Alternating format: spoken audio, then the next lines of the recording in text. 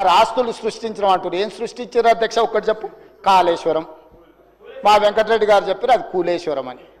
3 ఏళ్లలో 1,02,000 కోట్లు కాంట్రాక్టర్లకు పే చేశారు.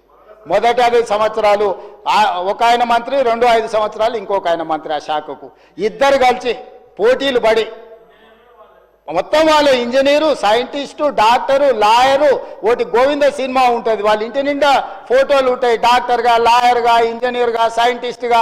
నిజంగానే అమ్మాయి పెళ్లి సూపులకు వచ్చి అవన్నీ చూసి ఇవన్నీ చదువుకుంటాం, పెళ్లి చేసుకుంటాయి. తర్వాత చూస్తామని గోనమాలు కూడా రావు, ఇడిచిపెట్టి పోతా అంటది.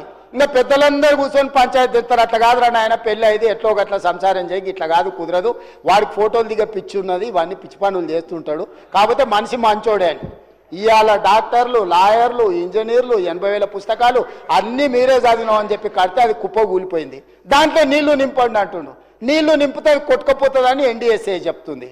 నీళ్లు నింపి కొట్టుకపోతే చూసినావా కాంగ్రెస్ వాళ్ళు, మేము కడితే కూలింది ఇప్పుడు వీళ్ళు కొట్టుకపోయేటట్టు చేసిరని మమ్మల్ని బద్నాం చేయాలని కంకణం కట్టుకొని తిరుగుతారు. 5 మంది రిటైర్డ్ చీఫ్ ఇంజనీర్లతో వాళ్ళే కమిటీ వేసారు కూలేశ్వరాన్ని ఎక్కడ కట్టాలని.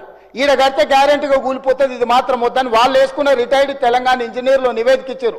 తుమ్మిడేటి దగ్గరనే కట్టండి, తర్వాత ప్రత్యామ్నాయాల కింద ఒకవేళ మీరు మేడిగడ్డ దగ్గర కట్టిరాలంటే ఇది కుప్ప కూలుతుందని వాళ్ళు తెలంగాణ వచ్చిన తర్వాత విజ్ఞత కలిగిన తెలంగాణ రిటైర్డ్ చీఫ్ ఇంజనీర్లు 5 మందితో వాళ్ళు కమిటీ వేస్తే కమిటీ స్పష్టమైన నివేదిక ఇచ్చింది అధ్యక్ష అక్కడ కట్టొద్దని.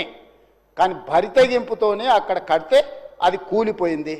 ప్రజలకు క్షమాపణ చెప్పి తప్పు జరిగింది ఏం చేద్దామని అడగకుండా ఇంకా బుకాయించే పని.